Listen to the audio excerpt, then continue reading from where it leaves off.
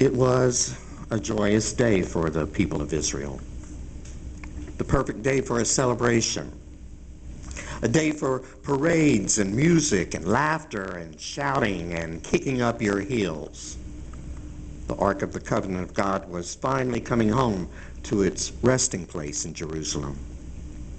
This ornate container which housed the tablets of stone on which God had long ago carved the Ten Commandments, this gold-plated chest which symbolized the very presence of God, had gone through some adventures over the years, let me tell you.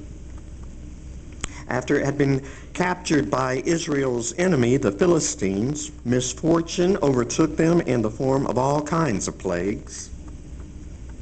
You see, God's blessing can't be stolen. It can't be taken by force. That's not the way grace works. So they decided to return it to Israel, where it remained for 20 years under the care of someone named Eleazar, until David rose to leadership, at which point he decided to move the ark, this symbol of God's presence, to the capital city of Jerusalem. David, who had so recently skyrocketed to super celebrity status after his defeat of Goliath, the champion of the Philistines, and later showing himself to be quite the warrior, soon found himself married into the royal family and crowned as the new king of Israel. But David, in all his newfound glory and rise to stardom, had forgotten something. He forgot how to dance. Oh, I'm not talking about a literal dance. I'm talking about the dance of the heart that reaches back to a time when things were simpler and happier, a time of innocence. You see, the dance for David had nothing to do with slaying giants and leading armies to victory. It had nothing to do with popularity and prestige. No, the dance was somehow connected to a memory of a long ago time when he had lived and loved with passion. A memory woven through with warm summer nights under the open stars and the nearby sound of the sheep which he tended. A memory of passionate embraces of love given and received between him and a young man named Jonathan. And a memory of music, which was so much a part of his soul that when his fingers touched the strings of harps, the tune transformed the spirits of everyone in the room. That's what the dance was. The dance was the carefree passion, joy, and laughter of a once upon a time. You see, David had lost touch with his authentic self. He had stopped living out his passion. He had forgotten the dance of love to which he had once moved with the living God, until the moment in this morning's text when the Holy Spirit of God grabbed him by the heart and spun him around. Friends, I too sometimes forget the dance.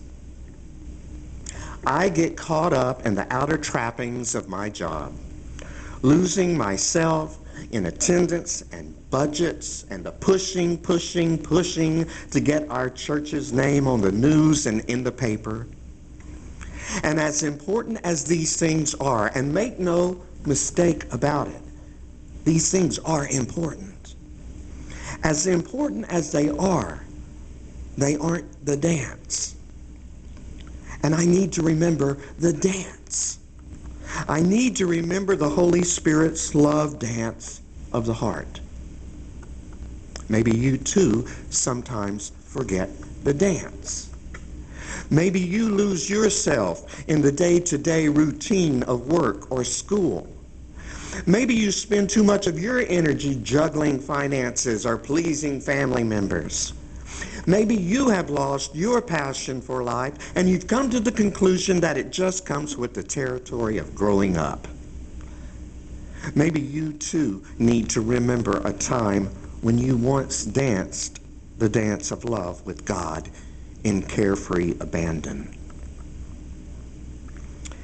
Had we been among the crowds on that day when David danced, it might have seemed as if he were dancing alone, all by himself and with wild abandon. But that really wasn't the case at all. The dance was a well choreographed one, and he did indeed have a dance partner not so visible to the naked eye. You see, his dance partner was none other than God.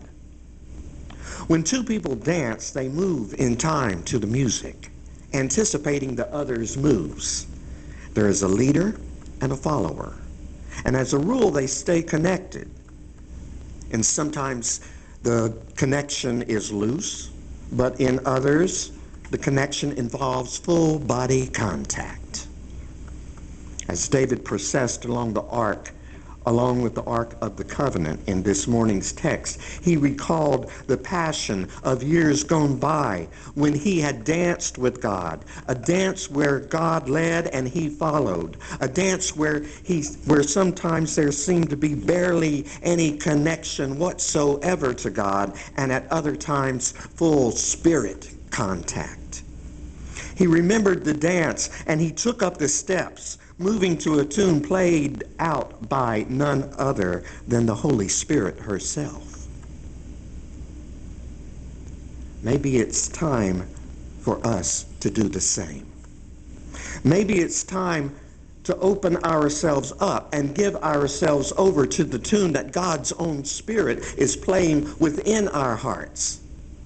Maybe we need to stop trying to lead and instead follow where the Holy Spirit's music carries us, trusting that our divine dance partner won't let us trip or fall. Maybe we need to just cut loose from this half-hearted religion we've been doing and dance with all our might, as David did. Dance with all our might. Without any thought to the matter, David was so caught up in his dance that he stripped down to his bare essentials, girded, our text says, with nothing but a linen ephod. What a sight it must have been, this beautiful young man leaping into the air in nothing but his Fruit of the Looms, some might say, revealing too much. That's probably one of the greatest differences between the dance we dance when we dance the dance with God and the dance of the world. In the dance of the world, we look our best in all of our satins and silk and linen, accessorizing ourselves with fine jewelry and covering up our blemishes with makeup. But when we dance with God, we must be prepared to let it all hang out, so as to speak. We dance naked with our God, or we don't dance at all. We bear ourselves to a God who loves us regardless of our scars and blemishes. There is no makeup when we dance with God, no drapings or jewels to distract the eye. When we dance with God, we bare our souls to the one who knows us better than we know ourselves. We throw open our arms and let the whole world gaze upon our glorious, authentic, and holy selves. But when we do, we better be prepared for the haters. There are always haters. David's own wife hated him for his dance. She hated him with a hate so strong that our reading says she despised him in her heart. She looked out from the window and saw David leaping in his own love dance with God and refused to join in. She chose to watch from a distance while God led David in a dance she rejected. And she despised him for his dance. Friends, the music is playing, and God is inviting us to join in the dance of love. The love which God calls us to never fits in. It exposes us and makes us look foolish to other people. It comes from a deep place in our naked and innocent selves. It breaks rules and it conjures up resistance. There may be those who despise you in their hearts for your authentic dance of love with the one who breathed you into being. They may try to get you to dance to a different tune, or they may try to put a stop to your dance altogether. But don't let them. Remember the dance, and then move to the tune. May God give you both reason and courage to dance.